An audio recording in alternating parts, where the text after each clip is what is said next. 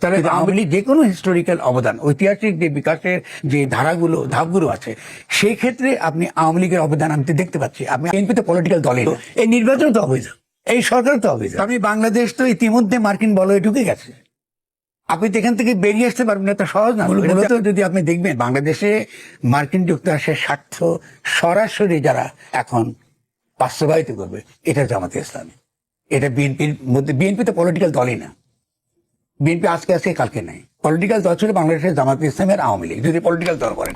বিএনপির একটা ইডিওলজি আমাকে বলেন না, যার ভিত্তিতে তার একটা দূরদর্শী চিন্তা আছে, বলুন আমাকে।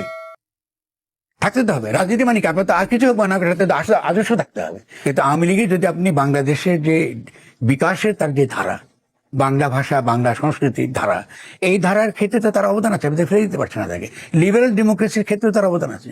তাহলে আওয়ামী লীগ যে কোনো হিস্টোরিক্যাল অবদান, ঐতিহাসিক যে বিকাশের যে ধাপগুলো আছে, সেই ক্ষেত্রে আপনি আওয়ামী লীগের অবদান আমি দেখতে পাচ্ছি। আপনি আমাকে লিখতে বললে আমি লিখতে পারবো, নিন্দা করতে পারবো, আবার ইতিবাচক দিকে লিখতে পারবো। বিএনপির কন্ট্রিবিউশনটা কি বলেন? বিএনপির আমাদের রাজনৈতিক জনগোষ্ঠী হিসেবে বাংলাদেশের গঠনের ক্ষেত্রে তার অবদানটা কি? বিএনপি থাকার সময় কি মাথার মাথা হচ্ছে না? বিএনপি থাকার সময় যে শাহ আলী দরগা, তা আপনি দেখতে পাচ্ছেন চোখের সামনে, সেখানে আপনার অস্ত্র নিয়ে হামলা হয়েছে, সেটা বিএনপি তখন ক্ষমতা। এটা কি করে হতে পারে? আপনি তো এগুলোর তো একটা যুক্তি দিতে হবে তো আপনাকে। তা আমি সেই জন্য বলছি যে বিএনপির মধ্যে আমরা জানিও না যে সালাউদ্দিন সাহেব চালাচ্ছেন বিএনপি নাকি তারেক চালাচ্ছেন, তাও তো বুঝতে পারছি না আমরা। তো এই পরিস্থিতিতে তো বিএনপিতে কোনো কনসিস্টেন্ট পলিটিক্স নাই, বিএনপির কোনো ইকোনমিক পলিসি নাই। বিএনপি যে বাজেট দিয়েছে, সে অতীতের বাজেটটি খারাপ। আপনি যে ট্যাক্স দিচ্ছেন, ট্যাক্স বসাচ্ছেন, বাইরে থেকে আপনি ঋণ নিচ্ছেন, তো জনগণ তো আপনি করের বোঝায় তো আপনি মেরে ফেলবেন কদিন পরে। এই যে নিম্নবিত্ত মানুষ বাঁচবে কি করে?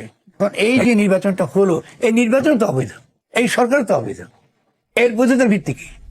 লাগবে তো তার বৈধতার ভিত্তি কোথায়?